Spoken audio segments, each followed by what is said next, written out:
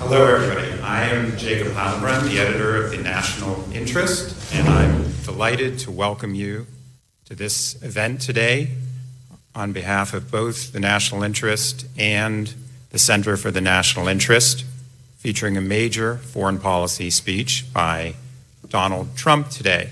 Our moderator will be a distinguished former ambassador, Zalmay Khalilzad, who is both an immigrant from Afghanistan to the United States and has compiled a quite astounding record serving at the highest levels of the American government, and I'm grateful to him for now agreeing to moderate this event. Zalmay?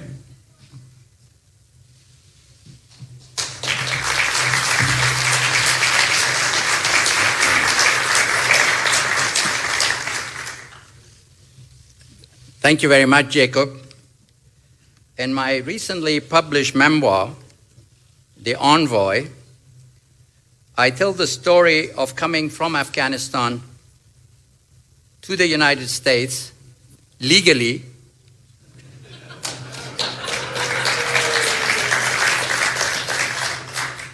as a teenager, and of my later service as a U.S. diplomat in Afghanistan, Iraq, and the United Nations, analyzing what we did right and drawing lessons for the future. America gave me an opportunity to succeed, and I tried to pay back a little by my service to the United States. I mentioned my book. I would like everyone to read it and to borrow a phrase from Mr. Trump. It will make your head spin. Today, as the primaries wind down, Donald Trump delivers a much anticipated speech on his foreign policy philosophy. This is a critical moment for America and for the world. Since the end of World War II, some 70 years now, the United States has supported a world order that has precluded war among the major powers.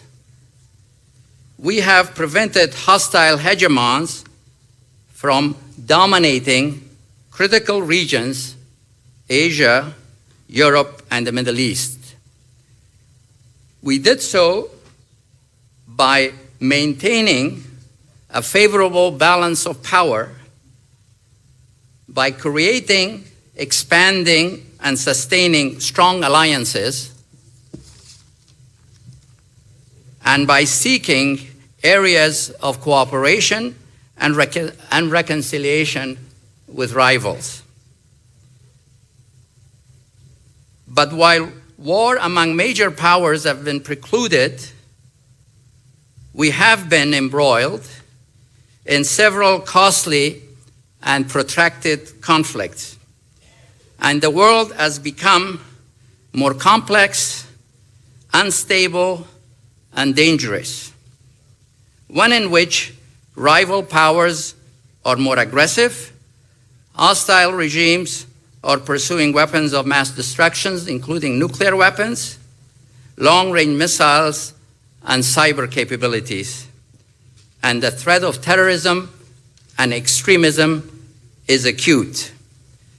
Indeed, the international order, the state system created by the West, is itself under attack by revisionist states and rising powers with alternative concepts of order. As often seen in our history, after a period of great exertion during the first decade of the 21st century post 9/11, we are now in a period of withdrawal and retreat. And things can still get a lot worse. We have a sluggish economy, growing inequality, rising debt, and debt service. Our infrastructure needs attention, and the demand for domestic programs is growing. Pressure is rising to reduce expenditure on national security at a time when we need to pay more attention to our security needs. Against this backdrop, the presidential primaries have shown that our country is deeply conflicted and polarized about America's purpose and mission around the world. Mr. Trump has been a provocative voice in this debate. His message has resonated with a significant part of our electorate. The national interest has invited Mr. Trump to elaborate upon his distinctive views about America's role in the world and explain how he would lead America as Commander-in-Chief. We will extend similar invitations to the other candidates. We are delighted Mr. Trump is here. Please join me in welcoming him. Thank you very much.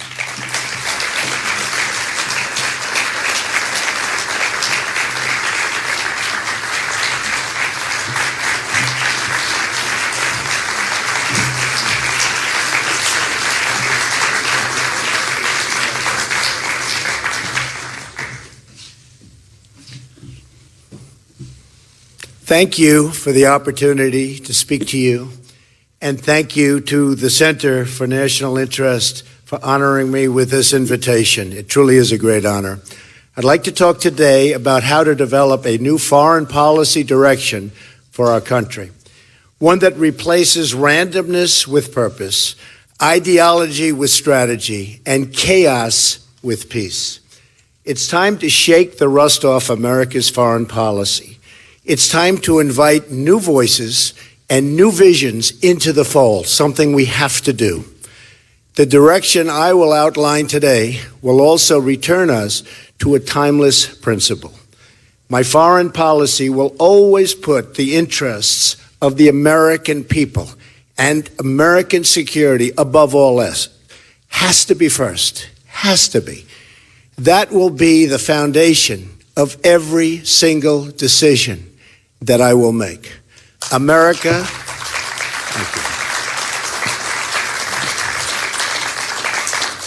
America First will be the major and overriding theme of my administration. But to chart our path forward, we must first briefly take a look back. We have a lot to be proud of. In the 1940s, we saved the world.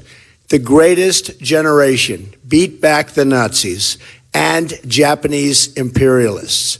Then we saved the world again, this time from totalitarianism and communism. The Cold War, it lasted for decades, but guess what? We won, and we won big.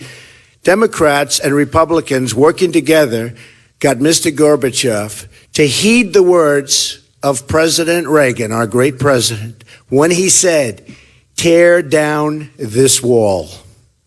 History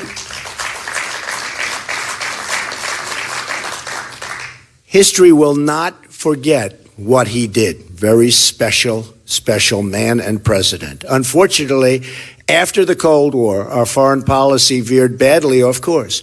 We failed to develop a new vision for a new time. In fact, as time went on, our foreign policy began to make less and less sense.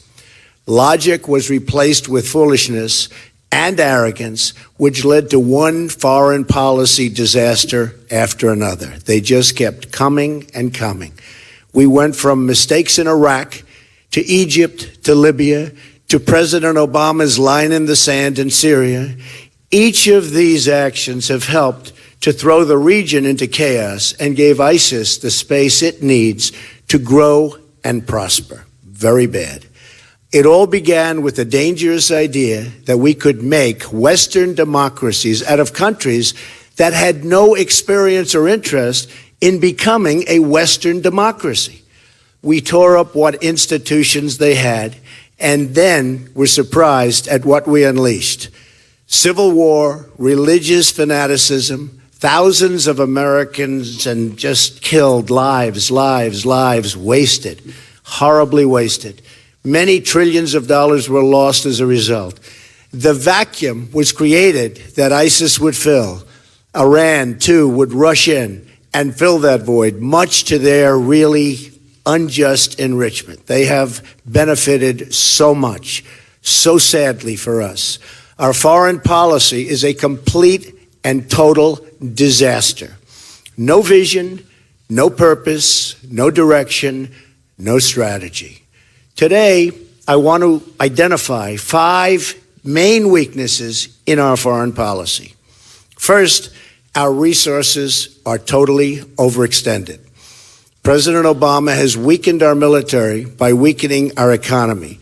He's crippled us with wasteful spending, massive debt, low growth, a huge trade deficit, and open borders. Our manufacturing trade deficit with the world is now approaching $1 trillion a year. We're rebuilding other countries while weakening our own. Ending the theft of American jobs will give us resources we need to rebuild our military, which has to happen, and regain our financial independence and strength. I am the only person running for the presidency who understands this, and this is a serious problem. I'm the only one, believe me, I know them all. I'm the only one that knows how to fix it.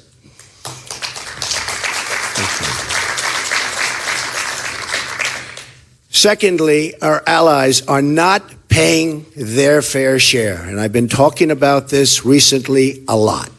Our allies must contribute toward their financial, political, and human costs, have to do it, of our tremendous security burden.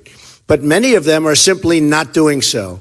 They look at the United States as weak and forgiving and feel no obligation to honor their agreements with us. In NATO, for instance, only 4 of 28 other member countries, besides America, are spending the minimum required 2% of GDP on defense. We have spent trillions of dollars over time on planes, missiles, ships, equipment, building up our military to provide a strong defense for Europe and Asia. The countries we are defending must pay for the cost of this defense. And if not, the U.S. must be prepared to let these countries defend themselves. We have no choice. The whole world will be safer if our allies do their part to support our common defense and security. A Trump administration will lead a free world that is properly armed and funded beautifully. Thirdly, our friends are beginning to think they can't depend on us. We've had a president who dislikes our friends and bows to our enemies, something that we've never seen before in the history of our country. He negotiated a disastrous deal with Iran, and then we watched them ignore its terms even before the ink was dry. Iran cannot be allowed to have a nuclear weapon, cannot be allowed, remember that, cannot be allowed to have a nuclear weapon.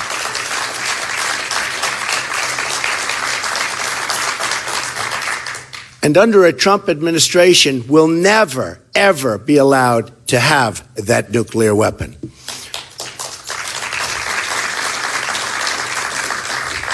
All of this without even mentioning the humiliation of the United States with Iran's treatment of our 10 captured sailors. So vividly, I remember that day. In negotiation, you must be willing to walk. The Iran deal, like so many of our worst agreements, is the result of not being willing to leave the table. When the other side knows you're not going to walk, it becomes absolutely impossible to win. You just can't win. At the same time, your friends need to know that you will stick by the agreements that you have with them. You've made that agreement, you have to stand by it, and the world will be a better place. President Obama gutted our missile defense program. then abandoned our missile defense plans with Poland and the Czech Republic. He supported the ouster of a friendly regime in Egypt that had a long-standing peace treaty with Israel and then helped bring the Muslim Brotherhood to power in its place. Israel, our great friend, and the one true democracy in the Middle East, has been snubbed and criticized by an administration that lacks moral clarity. Just a few days ago, Vice President Biden again criticized Israel, a force for justice and peace, for acting as an impatient peace area in the region. President Obama has not been a friend to Israel. He's treated Iran with tender love and care and made it a great power. Iran has indeed become a great, great power in just a very short period of time because of what we've done. All of the expense and all at the expense of Israel, our allies in the region, and very importantly, the United States itself.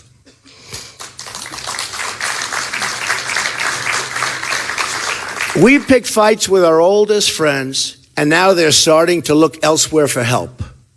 Remember that. Not good.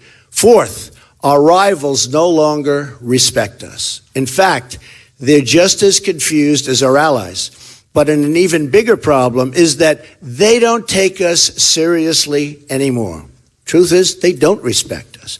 When President Obama landed in Cuba on Air Force One, no leader was there, nobody, to greet him.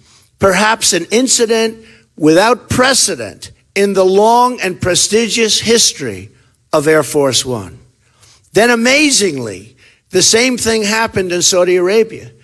It's called no respect, absolutely no respect.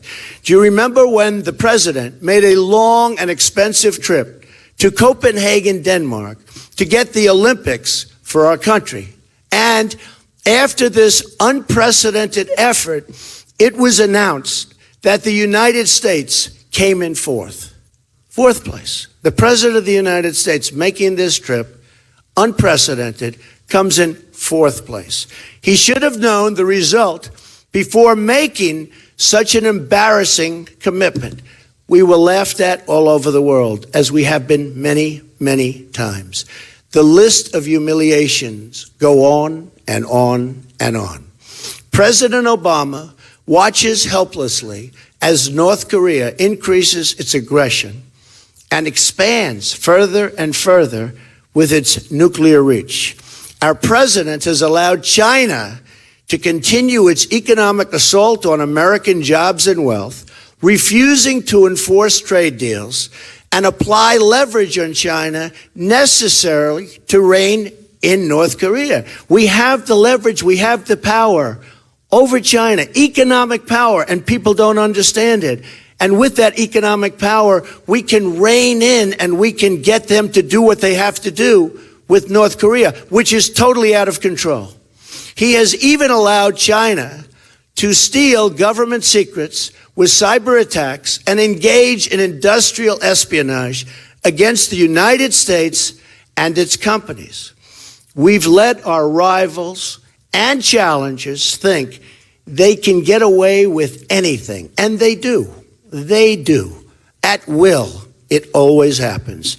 If President Obama's goal had been to weaken America, he could not have done a better job.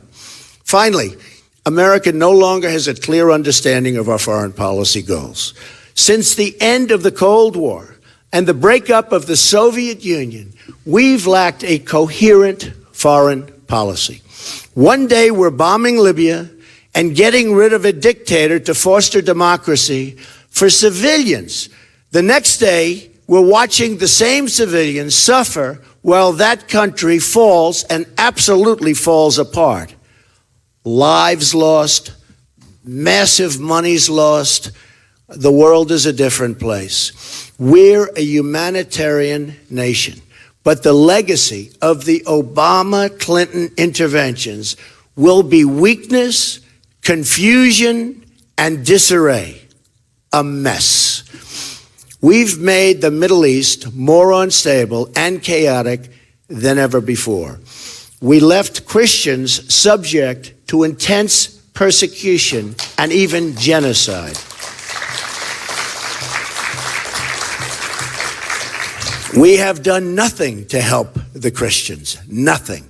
And we should always be ashamed for that lack of action. Our actions in Iraq, Libya, and Syria have helped unleash ISIS. And we're in a war against radical Islam, but President Obama won't even name the enemy. And unless you name the enemy, you will never, ever solve the problem.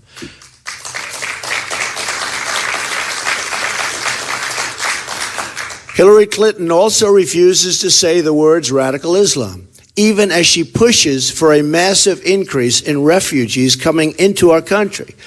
After Secretary Clinton's failed intervention in Libya, Islamic terrorists in Benghazi took down our consulate and killed our ambassador and 3 brave Americans. Then, instead of taking charge that night, Hillary Clinton decided to go home and sleep. Incredible. Clinton blames it all on a video, an excuse that was a total lie, proven to be absolutely a total lie. Our ambassador was murdered, and our Secretary of State misled the nation. And by the way, she was not awake to take that call at 3 o'clock in the morning. And now ISIS is making millions and millions of dollars a week selling Libya oil.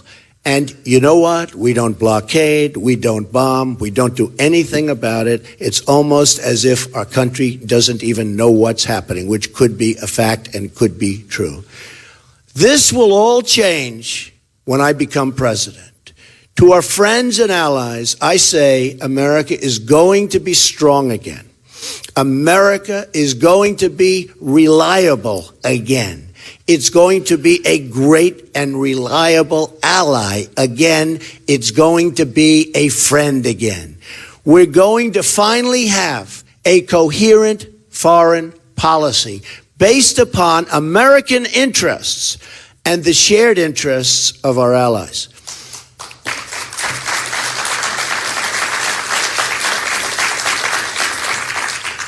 We're getting out of the nation-building business and instead focusing on creating stability in the world. Our moments of greatest strength came when politics ended at the water's edge. We need a new, rational American foreign policy, informed by the best minds and supported by both parties, and it will be by both parties, Democrats, Republicans, independents, everybody, as well as by our close allies. This is how we won the Cold War, and it's how we will win our new future struggles, which may be many, which may be complex, but we will win if I become president.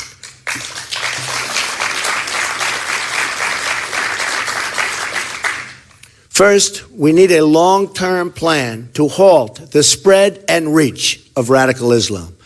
Containing the spread of radical Islam must be a major foreign policy goal of the United States and indeed the world.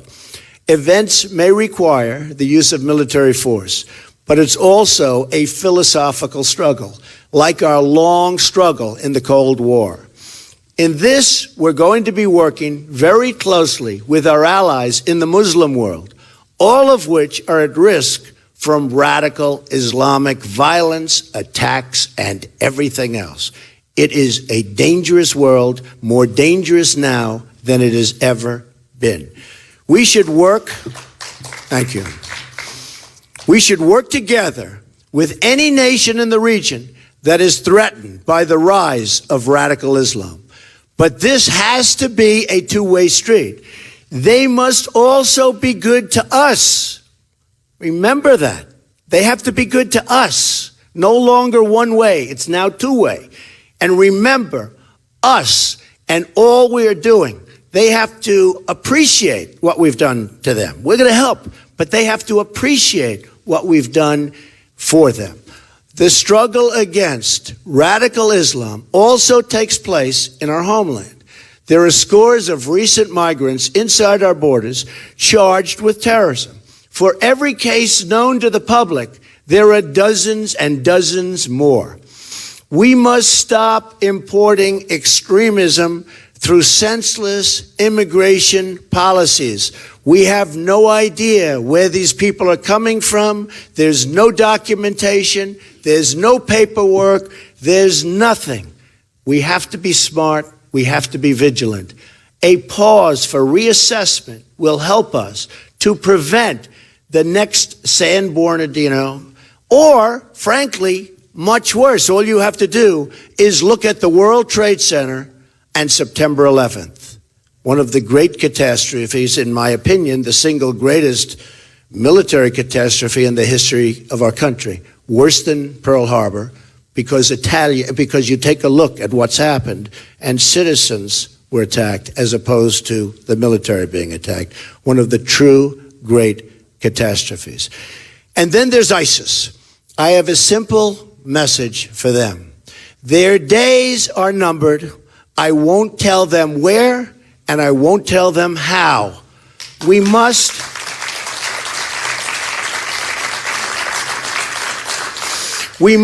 as a nation, be more unpredictable. We are totally predictable. We tell everything. We're sending troops, we tell them. We're sending something else, we have a news conference. We have to be unpredictable. And we have to be unpredictable starting now.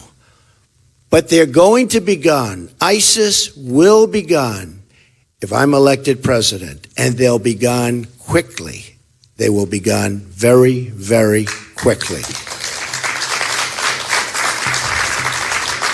Secondly, we have to rebuild our military and our economy. The Russians and Chinese have rapidly expanded their military capability, but look at what's happened to us. Our nuclear weapons arsenal, our ultimate deterrent, has been allowed to atrophy and is desperately in need of modernization and renewal, and it has to happen immediately. Our active duty armed forces have shrunk from 2 million in 1991 to about 1.3 million today. The Navy has shrunk from over 500 ships to 272 ships during this same period of time. The Air Force is about 1/3 smaller than 1991. Pilots flying B-52s in combat missions today, these planes are older than virtually everybody in this room. And what are we doing about this? President Obama has proposed a 2017 defense budget that in real dollars cuts nearly 25% from what we were spending in 2011. Our military is depleted, and we're asking our generals and military leaders to worry about global warming. We will spend what we need to rebuild our military. It is the cheapest single investment we can make. We will develop, build, and purchase the best equipment known to mankind. Our military dominance must be unquestioned, and I mean unquestioned, by anybody and everybody. But we will look for savings and spend our money wisely. In this time of mounting debt, right now, we have so much debt that nobody even knows how to address the problem, but I do. No $1 can be wasted. Not one single dollar can we waste. We're also going to have to change our trade, immigration, and economic policies to make our economy strong again and to put Americans first again. This will ensure that our own workers, right here in America, get the jobs and higher pay that will grow our tax revenues, increase our economic might as a nation, make us strong financially again. So important. We need to think smarter about areas where our technological superiority, and nobody comes close, gives us an edge. This includes 3D printing, artificial intelligence, and cyber warfare. A great country also takes care of its warriors. Our commitment to them is absolute, and I mean absolute. A Trump administration will give our servicemen and women the best equipment and support in the world when they serve and where they serve, and the best care in the world when they return as veterans and they come back home to civilian life. Our veterans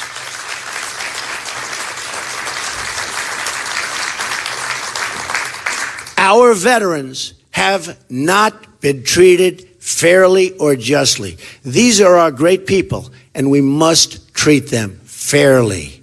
And we must even treat them really, really well. And that will happen under the Trump administration.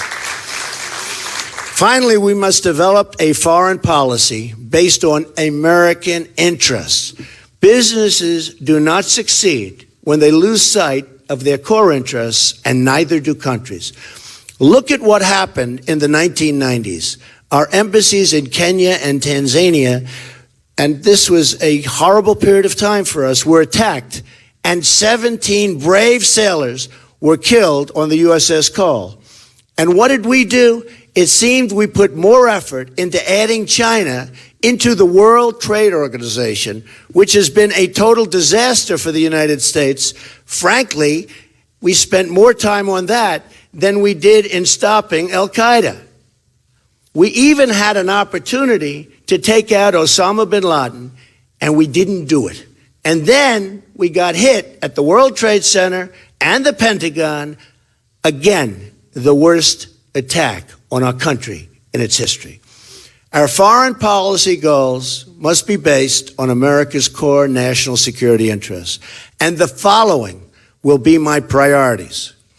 In the Middle East, our goals must be, and I mean must be, to defeat terrorists and promote regional stability, not radical change.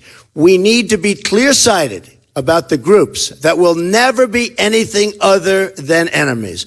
And believe me, we have groups that no matter what you do, they will be the enemy. We have to be smart enough to recognize who those groups are, who those people are, and not help them. And we must only be generous to those that prove they are indeed our friends.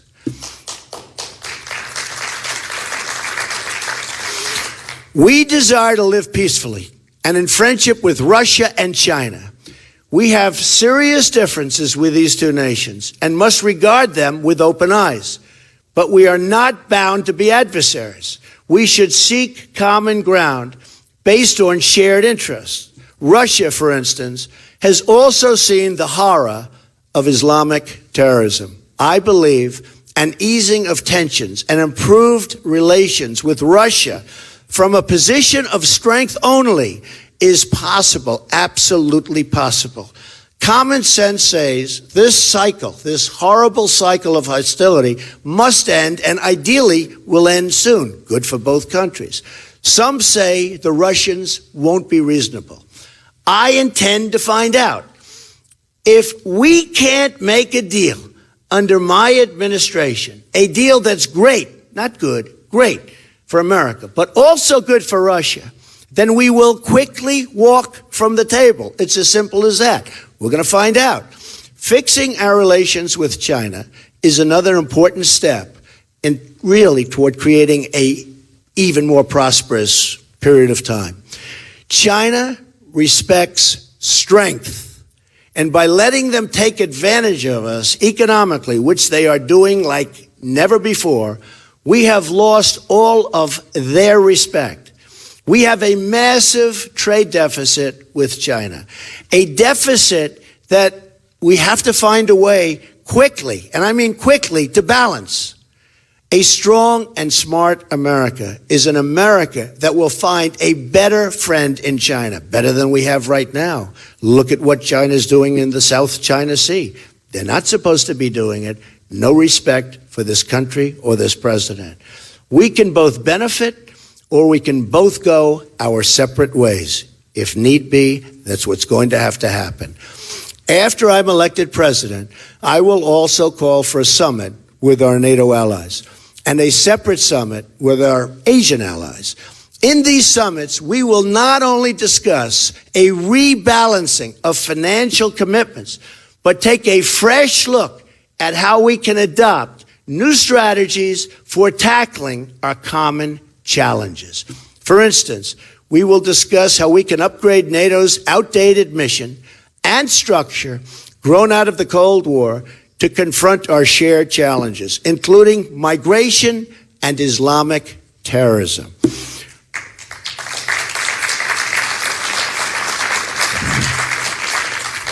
I will not hesitate to deploy military force when there is no alternative. But if America fights, it must only fight to win.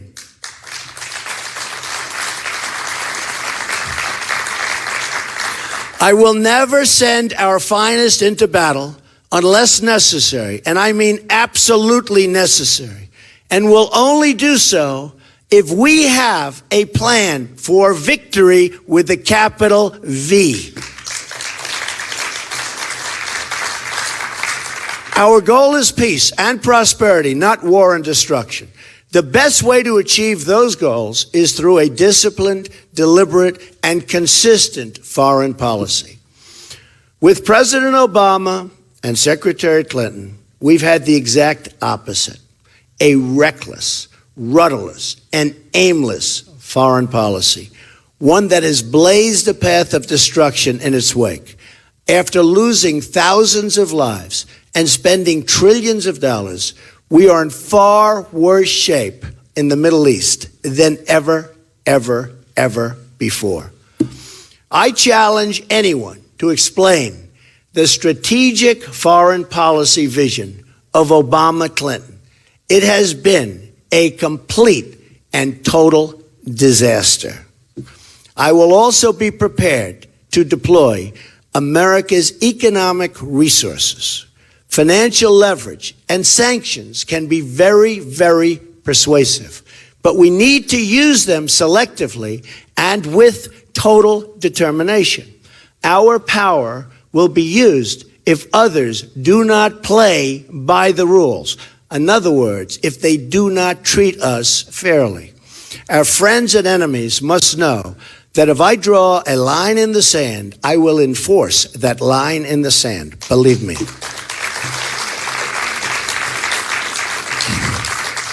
However, unlike other candidates for the presidency, war and aggression will not be my first instinct. You cannot have a foreign policy without diplomacy. A superpower understands that caution and restraint are really, truly signs of strength. Although not in government service, I was totally against the war in Iraq, very proudly, saying for many years that it would destabilize the Middle East. Sadly, I was correct. And the biggest beneficiary has been Iran, who is systematically taking over Iraq and gaining access to their very, very rich oil reserves, something it has wanted to do for decades. And now, to top it off, we have ISIS. My goal is to establish a foreign policy that will endure for several generations. That's why I also look and have to look for talented experts with approaches and practical ideas, rather than surrounding myself with those who have perfect resumes but very little to brag about, except responsibility for a long history of failed policies and continued losses at war. We have to look to new people.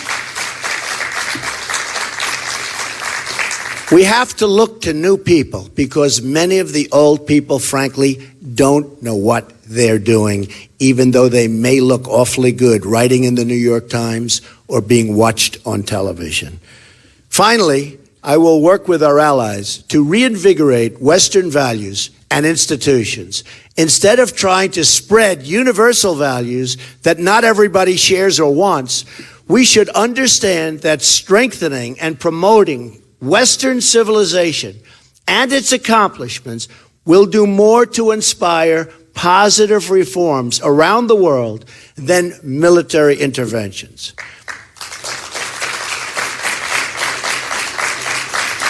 These are my goals as president. I will seek a foreign policy that all Americans, whatever their party, can support, so important, and which our friends and allies will respect and totally welcome. The world must know that we do not go abroad in search of enemies, that we are always happy when old enemies become friends and when old friends become allies. That's what we want. We want them to be our allies. We want the world to be we want to bring peace to the world. Too much destruction out there. Too many destructive weapons. The power of weaponry is the single biggest problem that we have today in the world. To achieve these goals, Americans must have confidence in their country and its leadership again. Many Americans must wonder why our politicians seem more interested in defending the borders of foreign countries than in defending their own. Americans must know that we are putting the American people first again. On trade, so true. On trade, on immigration, on foreign policy, the jobs, incomes, and security of the American worker will always be my first priority.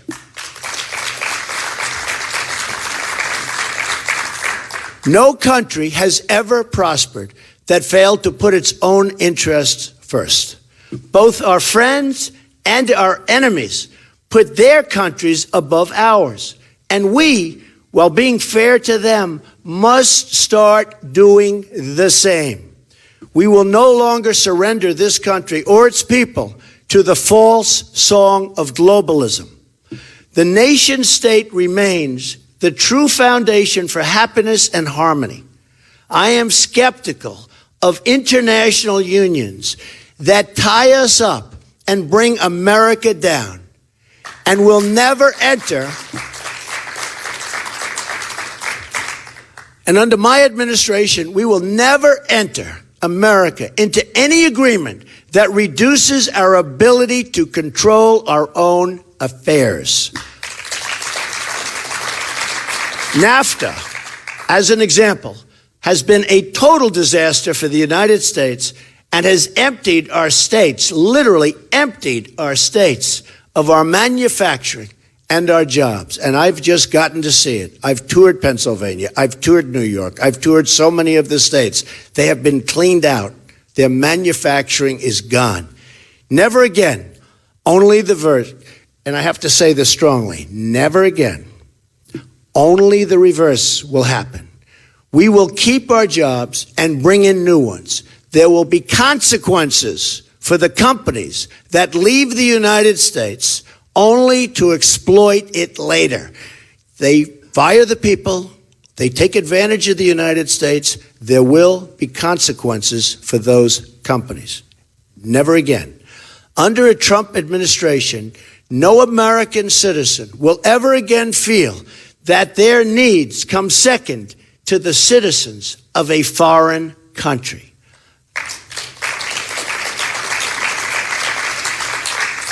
I will view, as president, the world through the clear lens of American interests. I will be America's greatest defender and most loyal champion. We will not apologize for becoming successful again, but will instead embrace the unique heritage that makes us who we are. The world is most peaceful and most prosperous when America is strongest. America will continue and continue forever to play the role of peacemaker. We will always help save lives and indeed humanity itself. But to play that role, we must make America strong again.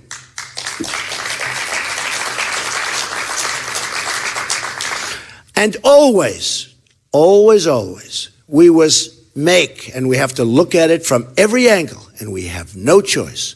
We must make America respected again. We must make America truly wealthy again. And we have to, and we will make America great again. And if we do that, perhaps this century can be the most peaceful and prosperous the world has ever known. Thank you very much, everybody. I appreciate it. Thank you. Thank you very much. Thank you.